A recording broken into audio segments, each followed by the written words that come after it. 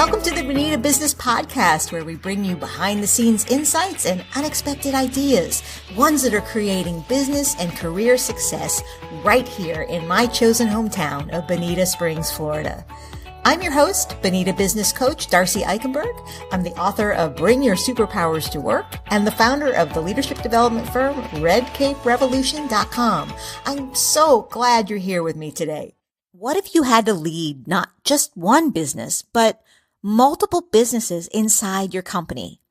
And on top of that, what if you had to make sure they're running smoothly 24 hours a day, 365 days a year? Well, that's the job that Brian Kramer does. He's the general manager of the Hyatt Regency Coconut Point and Spa. Maybe you've been there for a meeting or a special event, or maybe you had a little staycation in this local jewel. In our interview, Brian describes all the different work that goes on behind the scenes, and you might be surprised to hear all the various businesses that exist inside this one business.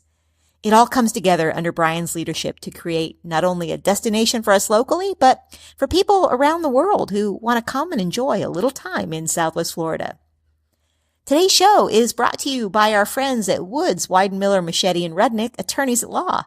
A little later in the show, I chat with partner Jay Caudill, who just opened the firm's office here in Bonita Springs. We'll link to more information about the firm on our show notes page, which you can find at bonitabusinesspodcast.com. One more thing before we begin. Brian and I decided to take our chat outside onto the beautiful Hyatt grounds. In the moment, it was a great decision. It was a gorgeous day and a gorgeous place. Later, though, I realized the sound of the fountains in the background of this interview might be a little distracting. We've done what we can to make it easier on your ears, but maybe you want to picture yourself sitting with us while the water flows and the birds chirp outside. I'll resist the urge to record outside another time, but hey, it's beautiful Bonita, and so I hope you forgive me. Here's my interview with Brian Kramer, General Manager of the Hyatt Regency Coconut Point Resort and Spa right here in Bonita Springs, Florida.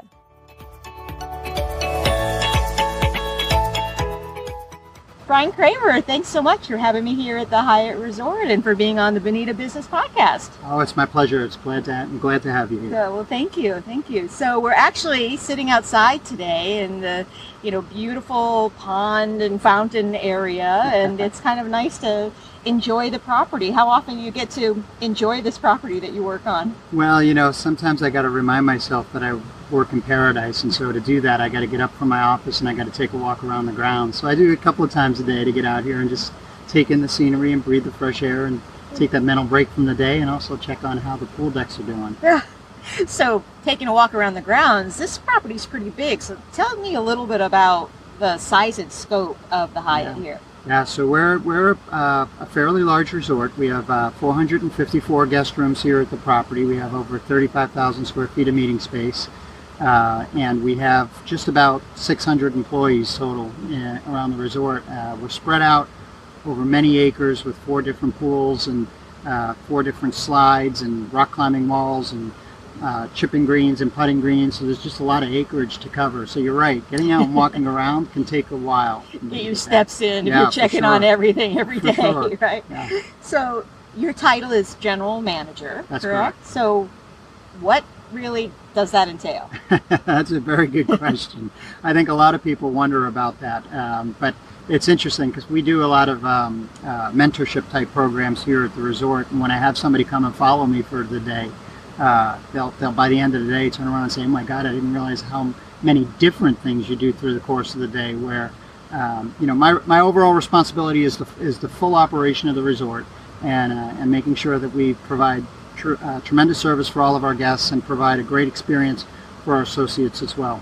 But that means that I oversee all these different businesses that form under one roof. So I have a hotel that I operate. I have a number of restaurants that I also operate. I have a number of bars that I operate. I have a spa that I operate. I have a full engineering team here at the resort that just about has every trade represented, from electricians and plumbers and locksmiths. So I have all these different businesses that all fall under one roof and my job is to make sure that they all operate together as a whole, and that we provide tremendous services for people that are coming to stay at our resort. And a big part of that is through the course of my day, I could be talking about what kind of fish we're serving in the restaurant in one conversation, and within 3 minutes I could be talking about what kind of water heater we need to replace in the engine room in the resort. So it can jump from conversation to conversation about completely different topics all throughout the course of the day. So to be a general manager, you really have to have yourself focused on being able to multitask different type parts of the business on a moment's notice as people need it. So how did you learn all that? I mean, those are all specific professions in themselves. That's and to right. lead any one of those professions is an accomplishment. So what was your background, and how did you get where you are now? So I started in the hotel industry. I started back in 1986. It was my very first job in Washington, D.C. at the Hyatt Regency Crystal City. And my first job was an overnight convention services setup employee. And I came in on the overnight, and I would set up all of the meeting rooms for all of the conventions that were going to happen starting the very next day. I did that for a couple of months, and then I left. I went back to school and finished my degree in hospitality. And while I was doing my degree in hospitality, I took a job back at the Grand Hyatt New York in 1989. And my first job there was what they called an overnight folio runner. So I came in at midnight in a 1,400 room property on top of Grand Central Station. And my job was to run the 800 some odd bills of all the people that were checking out the next day, and then walk around and slide them underneath your guest room door. So when you woke up in the morning, you had your bill. I was the guy that delivered it. Okay, I always wondered who did that. So Yeah. that was my start. And then from there, I basically worked through just about all the departments in the hotel. So I've worked in the front office, I've worked in the restaurants, I've worked in the banquets departments, and I've been with Hyatt for just over 30 years now. And in those 30 years, I think I've been through just about every department that you can within Hyatt. Mm-hmm. And you learn as you go. So started from the ground up and just worked my way through, and it gave me the knowledge that I needed to help now direct those departments. So you came here to the Bonita property about 4 years ago? That's right. Now? So what was the biggest surprise when you came into this market and this property for, based on, compared to where you've been before? Well, a lot of the places that I've been in my career, I started in New York and went from New York up to Boston, Massachusetts, and I lived up there for a few years. I went to Washington, D.C. I went to the Eastern Shore of Maryland for a while and opened a resort there. Prior to this job, I was in the Clearwater market up in Tampa. I was there for 5 years and opened a new resort that we had up there. And when I got down here, I think the biggest surprise was how much unbelievable natural beauty that we had down here in this area, and this resort is just a hidden gem in my mind.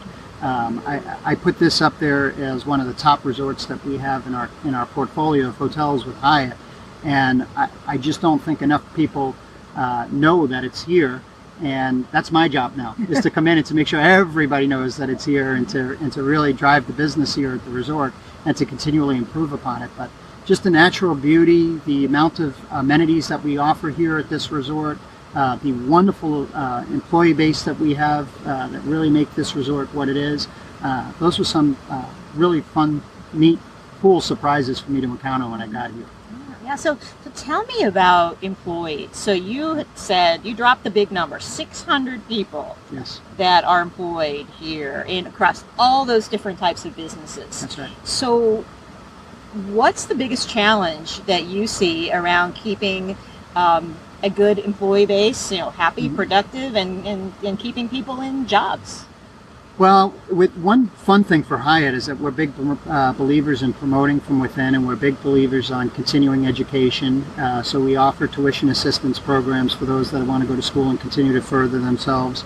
And we provide tremendous opportunity for those that want to move up within the organization to do that. We have programs that we put in place here at the resort. Future Leaders programs is one, for example. It's sort of our own internal version of a hospitality degree for those that don't necessarily want to go to a full-time university. They can come here, they can learn about all the different areas and just broaden their knowledge of the industry and provide our own future leaders of tomorrow.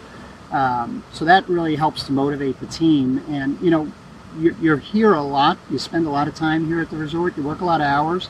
And so we really try to make it as much of a family atmosphere as we can, where our mission is to care for people so that they can be their best. And if you notice in our mission statement, we don't say to care for our guests so they can be their best. We say care for people.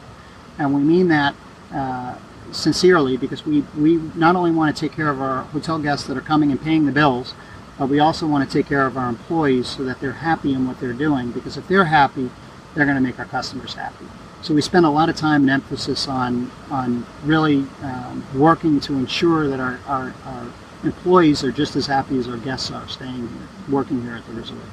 So Hyatt has some programs nationally that you get to leverage and take advantage of, but Certainly. Tell me about what's happening here locally, because obviously we have, some specific challenges in our local market with making sure we have great workers and people are being able to find the jobs that they, to know there's an opportunity at a place like this. Yeah, that's right. Once you're in the door and you're working for us, you find out all the great things that we have to offer and what Hyatt specifically has to offer. But getting them in the doors is always a challenge. And I think in our market specifically, we're faced with a couple of different challenges. The first is, I think, sort of the elephant in the room is a housing, affordable housing crisis that we have here, and just being able to have affordable housing close enough to be able to have people come down here and be able to work.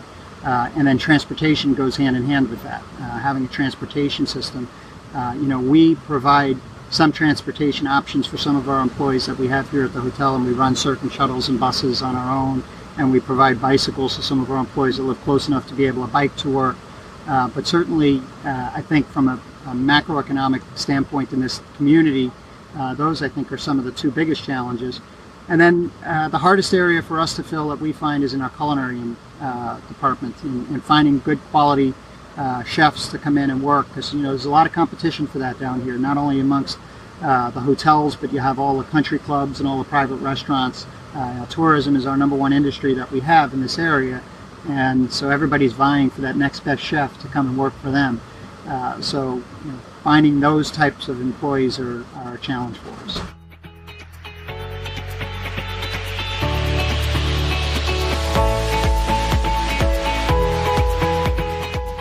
Back to my interview in just a moment. But right now, I'm here with Jay Cottle, a partner in the law firm of Woods, Weidenmiller, Machete, and Rudnick, and they're our sponsor for this episode of the Bonita Business Podcast. So Jay, what's the biggest misconception people have about hiring a lawyer? Well, in real estate matters, which is what I primarily do, there are some misconceptions about cost. Typically, people make the assumption that by hiring a lawyer, it's going to cost them a significant amount more money in order to handle their transaction. Really, in reality, it's usually between $150 to $200.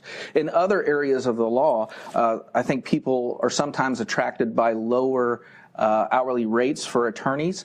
Sometimes actually you're more benefited by hiring a more experienced attorney who may charge a little more for that experience, but because of that experience they may be able to handle your matter more efficiently and your overall bill would be less. So that would be two things that I think that people have a misconception about attorneys. Makes a lot of sense. So thanks, Jay. We appreciate you and our friends at Woods, Weidenmiller, Machete, and Rudnick. You can find Jay and the Bonita Springs office in the North Bay Village, and that's where Bonefish is, right next to Bonita Brunch. And now, let's go back to my interview. So I think to do that, I know you shared before that you're involved with FGCU and with some of the other groups locally, local restaurateurs. So what kind of efforts are going on to help fill that gap and help people find, that there might be opportunities in culinary jobs? So I serve on the Directors Council of Florida Gulf Coast University's School of Hospitality Management, and we're always talking about how can we broaden their culinary program there. So there's a lot of focus and emphasis right now. The university's changing. It's got the new president that's there now, and he's doing some wonderful things, expanding upon some of the great things that our past president had done at FGCU. But I think there's some good future opportunities for us to continue to expand the programming at FGCU, including culinary programs. And then I'm also involved as an executive member of the board of the Florida Restaurant Lodging Association, and we do a lot of work with ProStart and getting out there and getting into the high schools and getting involved in the high schools and showing them there's another opportunity. Not everybody will go to college. Not everybody is designed or wants to go to college, has designs on or wants to go to college. And there's some wonderful technical schools that you can go to learn the culinary traits. And so we invite them into our hotels. We take them on tours. We probably once a month we have a different high school come in with a group of people, and we show them what are the opportunities that they can do, and just hopefully broaden their horizons and let them know that there are some things right here in their backyard that they can do out of school. And we've had some success with that. We've hired a lot of people through those programs. Are you going to be doing anything with the new Bonita Springs High School? I'm sure we will, yeah. We're letting them get their feet up and under them right now. School year's just getting going for them, but I'm sure once they get rolling, and we'll be involved with them. Yeah, so it's certainly, being in the schools and being able to do more career and giving people the exposure to say this is a career, this is something that you can do, is something that I think a lot of businesses are interested in doing, and it sounds like you guys have a regular process of doing that and things that you share, and you do find you can hire from that. You said, absolutely. The number of people after we're done with a class of 30 or 40 high school students that come through that shake my hand on the way out and say, I'm going to call you again in another year when I'm graduated or when I'm coming out. It's very encouraging. And do they? They do. Not every one of them, but a lot of them do. Which is something that's funny that I find as a business coach. If sometimes people will say, oh, here's my friend or here's my student who doesn't know what's next. It's like, here's these opportunities, pick up the phone, email, find them. But, and you're giving people direct invitation. So taking that initiative is really important. That's right. So overall, so you mentioned, part of your job is to make this hidden gem not so hidden. How's business? Business has been incredible. We've been fortunate over the last few years to just keep setting new high watermarks for the resort in just about every arena that we could ask to set them in. This year is no exception. Even last year, 2017, challenging year with the hurricane that we had come through, but even though we closed the resort for 10 days during the hurricane and then rebuilt when it was done, it still was a record-setting year for us in the hotel. It shows you how busy we were pre the hurricane and how quickly we recovered after the hurricane. And this year, 2018, is set to be our number one year that we've ever had since the hotel's been open. So we're very, very fortunate and feel blessed that the hotel is doing as well as it is. So, but how do you grow in a business like that? Because you only have so many nights in a hotel room, right? And you only have so many seats at a restaurant every night. I mean, how do you top yourself? How do you grow? It is a perishable commodity for sure. If you have a night go by and the room sits empty, you can't get that night back.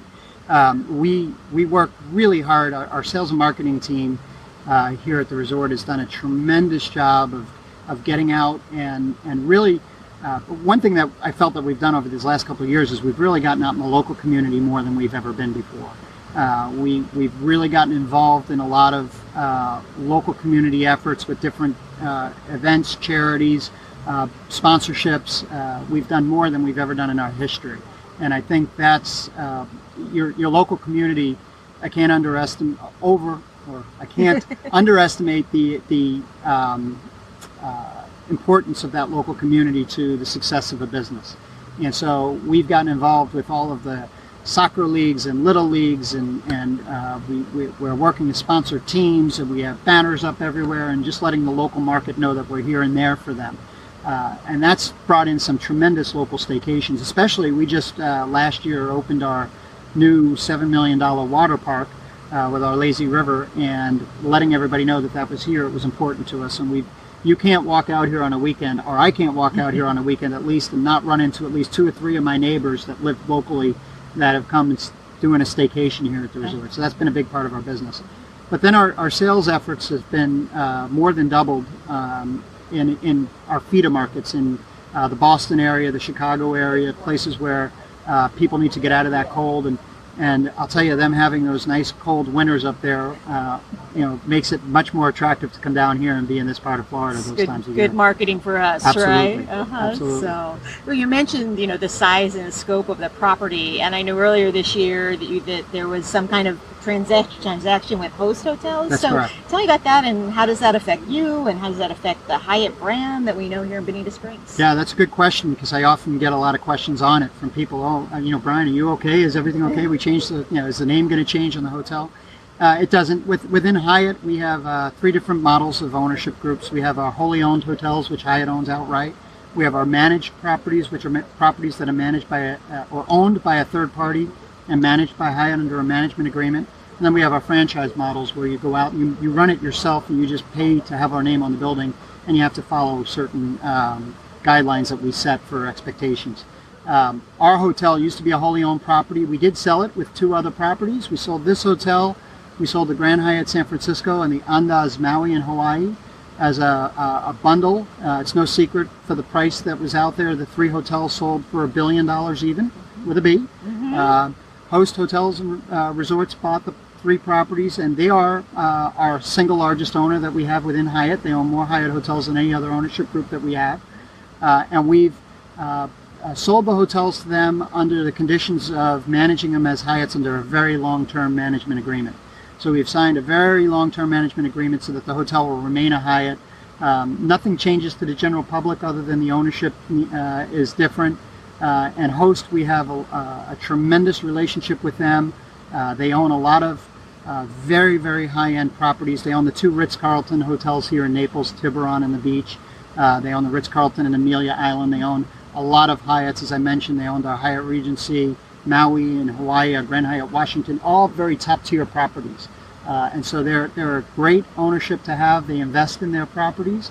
And to our employees and to guests of the hotel, there's no difference whatsoever. To me, the only difference is now I have 2 bosses. I have Hyatt and I have a new boss at Host. I was going to ask you how that affects it, but it kind of sounds like that's it's a real estate deal, and like you do all the work and then they get their cut. So it sounds like a perfect solution for you. I want to be part of Host. Yeah, it's a great fit. It's a great synergy. They've been terrific owners, and we look forward to a long-term relationship with them. Well, it was something that was happening in the news, and it didn't seem to register as much of a blip. So thank you for explaining it a little more, because it is a big property, and those kind of deals get really complicated. And sometimes people wonder, well, gee, is someday this going to change to be something else? Yeah, and we're very proud of the fact that this hotel, our portion of the $1 billion sales price, made this the single largest real estate transaction in Southwest Florida. For our hotel. So we're proud of how we've been able to build the business in the hotel over the last few years, to bring that kind of valuation to it, and to make it, and as they labeled it in all of the newspapers, a irreplaceable asset, which we're very excited about. So you mentioned some of the different pieces in the hotel, different businesses. But what's something that would surprise the average person to know that gets done here, goes behind the scenes? I mean, you're not running door to door anymore, putting receipts under everybody's door, right? I don't think I get that anymore. I think I get mine from email. That's right. We changed with the times. Right. I think that the thing that surprises people the most when they walk through is, as I mentioned earlier, just the different amount of businesses that we house under one roof. I don't think people really understand what it takes. It's sort of a small city, and when you walk through our back of the house and you look and you see that we have just about every trade in the engineering world represented here at the property, with electricians and plumbers and locksmiths and laundry facilities and everything else that we have. Everything that gets done here on property for the most part. So we have to be prepared to run this just like you would a small city. If there's pieces of furniture that break, we fix it here on property. If there's electrical work that needs to be done, we take care of it here on property. So we do contract out some services when there are large-scale projects, but for the most part, we do just about everything here. So when we walk people through the back of the house, and all of a sudden they see all these people doing things that they just don't associate with the hotel business, I think that's what takes them by surprise. Interesting. And when you think about, especially someone who's in a trade, and I think for years it was always, well, you have to start your own business if you're going to be in the trade, to think about the fact that there are careers and there's, professional development and leadership, those careers within a bigger company, just something else to think about for people who are looking at those kind of businesses and careers. That's right. So Brian, I'm curious, so you're very involved in the community, and the community's been important for you to help make, the Hyatt continue to be successful. If you had a magic wand and you had one thing you could change right now in our area, what would that be? That's a very good question. I think that certainly transportation and having better transportation is a better public transportation, I think, is a big thing that I think would benefit the region, not just from a hospitality standpoint, but just a general business, from a general business environment standpoint. I think, people being able to get around and not having to rely upon having to have their own cars to get to where they need to go would be a big boon to the area and provide the resources that we need to be able to have all of the workers that we need. Right now, I think if you look, unemployment's at an all-time low right now, but you will find just about every business is looking for some sort of staff in some way, shape, or form.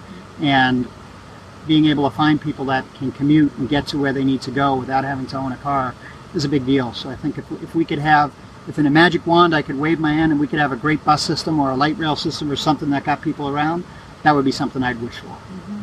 Great, because there are jobs here. People want, people want to work here, but they have to get here first. That's right. Great. Well, terrific. Brian Kramer at the Hyatt Regency or Hyatt Resort. What's your official? We are the general manager at the Hyatt Regency Coconut Point Resort and Spa. Okay, that's a mouthful, but yes, that's a lot. Again, it's and mechanical company and pool company and everything. That's right. So anyway, Brian, thanks for being here. I appreciate it. It's my pleasure.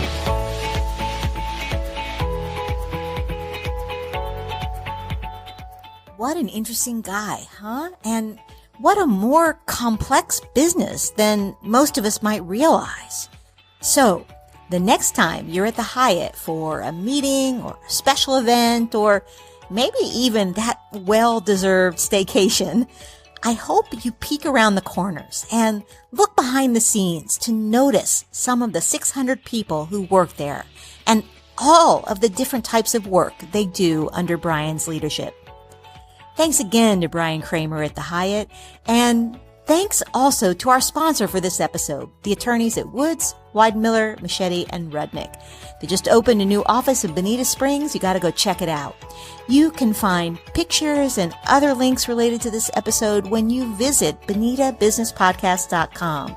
And while you're there, be sure and sign up for our podcast updates and email, and you will be among the first to know about every episode this season. I'm Bonita business coach Darcy Eikenberg, and thank you for being here. If you like this episode, be sure to tell a friend and leave us a review on iTunes. And remember, Bonita may mean beautiful, but it also means business. Bye for now.